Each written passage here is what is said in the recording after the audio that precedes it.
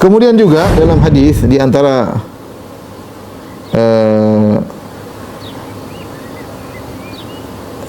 amal soleh yang timbangannya berat adalah zikir menggabungkan subhanallah walhamdulillah wala ilaha illallah wa akbar. Baqiyatus salihat. Baqiyatus salihat. Subhanallah walhamdulillah wala ilaha illallah wa akbar. Boleh kita berzikir juga. Subhanallah walhamdulillah wala ilaha illallah wa akbar. Alhamdulillah kata Nabi, subhanallah alhamdulillah tamlaul mizan. Alhamdulillah tamlaul mizan. Kita mengucapkan alhamdulillah tamlaul mizan, akan memberat timbangan. Subhanallah alhamdulillah tamla'u ma baina samai wal ard. Subhanallah alhamdulillah memenuhi antara langit dan bumi. Berarti pahalanya sangat besar. Tapi tadi saya ingatkan dengan perenungan. Allah sangat suka orang memuji Allah. Innallaha la yarda an 'abdihi idza akala al-akla an yahmadahu 'alaiha. Allah ridha dengan orang kalau dia makan dia mengatakan alhamdulillah. Au syariba syarba an yahmadahu 'alaiha. Kalau dia minum dia mengucapkan alhamdulillah. Ya. Makanya ketika Allah memuji tentang Nabi Nuh, kata Allah Subhanahu innahu kana 'abdan syakura, sungguhnya Nuh adalah hamba yang pandai bersyukur. Di antara tafsiran para ulama, Nuh memuji Allah dalam segala kenikmatan. Alhamdulillah, alhamdulillah. Dia suka memuji Allah Subhanahu wa taala. Bukan sekedar ngomong alhamdulillah, tapi kita enggak renungan, kita renungkan subhanallah, nikmat ini benar-benar dari Allah Subhanahu wa taala. Kalau Allah tidak kasih nikmat, saya enggak bisa apa-apa. Benar-benar menghilangkan kita dari penyakit ujub. Ujub dengan kecerdasan, ujub dengan pengalaman kerja, ujub kita ini siapa sih? Yang kasih kita kecerdasan juga Allah, yang kasih kita jasad juga Allah, yang kasih kita petunjuk juga Allah Subhanahu wa taala. Nikmat ini dari Allah Subhanahu wa taala. Jadi sedikit apa nikmat kita dapatkan, apapun kita bilang alhamdulillah. Ini timbangannya berat pada hari kiamat. Allah ridha dengan orang sering mengucapkan alhamdulillah. Dalam hadis kata Nabi sallallahu alaihi wasallam, bakhin li khamsin mas athqalahunna fil mizan. Luar biasa, wow, bagi 5 perkara. Kalau bakhin itu bahasa kita mungkin wow, hebat, sangat dahsyat gampangannya. Ungkapan menunjukkan ke luar biasa. Bakhin.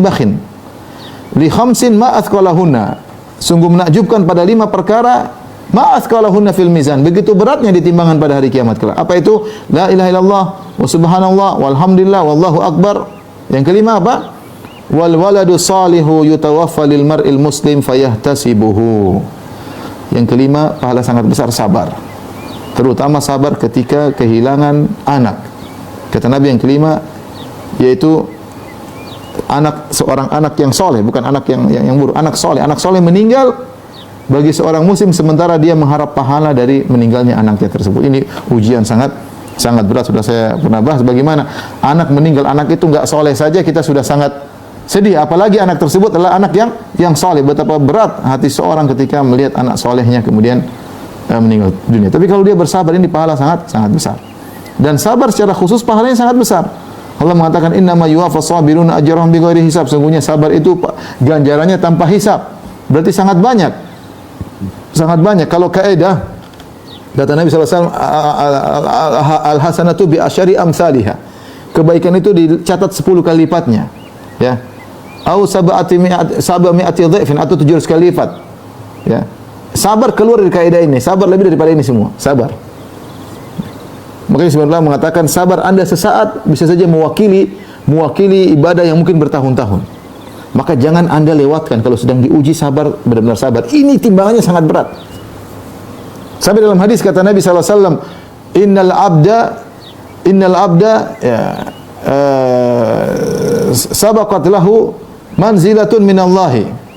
Sungguhnya ada seorang hamba, dia punya kedudukan tinggi di sisi Allah Subhanahu wa taala.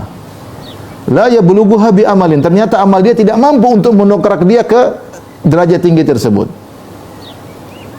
Ibtalahu Allah fi jasadi, maka supaya dia bisa naik di derajat yang tinggi Allah kasih dia musibah. Allah kasih dia musibah di jasadnya, fi malihi pada hartanya, fi waladihi pada anaknya. Ya.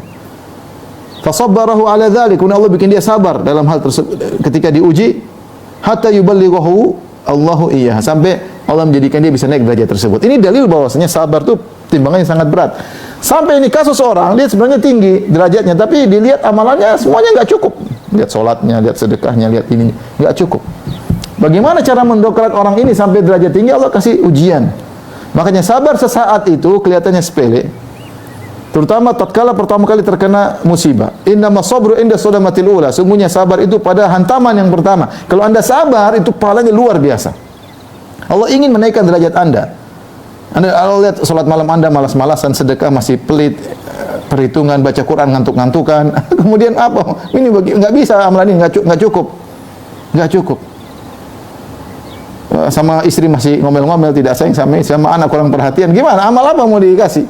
Ya udah kasih ujian aja deh. Ujian langsung dongkrak naik ke atas. Direct, cepat sekali. Maka di antara amalan yang berat, timbangannya adalah sabar. Terutama sabar atas kehilangan orang yang dia cintai. Dalam hadis ini kata Nabi, al-waladus salihu yutawaffa lil mar'il muslim, anak soleh yang meninggal bagi milik seorang muslim, fayahtasibuhu, dan dia pun berharap pahala dari wafatnya anaknya tersebut. Perkara yang berat. Saya ingatkan terutama tatkala hantaman yang pertama. Sebagian wanita begitu dengar anaknya meninggal, sudah hilang. Kesempatan dia untuk meraih pahala besar hilang tatkala itu. Mungkin dia bersabar 3 hari lagi, 4 hari lagi, tapi awal ini yang pertama kali ini, subhanallah. Makanya ketika Allah dalam hadis kata Allah Subhanahu wa taala kepada malaikat, ketika malaikat mencabut nyawa anak seorang hamba, kata Allah, hal qabattum samarata fuadihi, apakah kalian wahai malaikat telah mencabut nyawa buah hati hambaku, nyawa anak dari hambaku? Fayaqulun, malaikat berkata na'am. Allah berkata, madza qala abdi, perhatikan ini yang pertama kali penting. Madza qala abdi, apa yang dikatakan hambaku ketika kalian cabut nyawanya? Hamidaka wastarja, dia memuji engkau, dia mengucapkan alhamdulillah kulli hal, dia mengatakan inna ilaihi raji'un. Ini ibu enggak kuat ini. Pertama ini yang sangat penting, ibu-ibu yang dirahmati Allah Subhanahu wa taala. Ini langsung ganjarannya sangat besar, timbang sangat berat. Sebenarnya ibu sudah ngaji, bahkan sebagian mereka sudah pakai cadar begitu dengar anaknya meninggal dan meronta-ronta. Memang berat. Siapa yang ragu ini ujian sangat berat.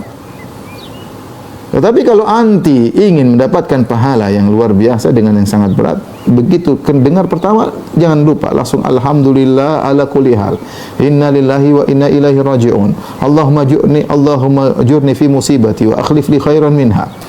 Langsung ucapkan kata-kata tersebut, maka langsung pahalanya sangat besar.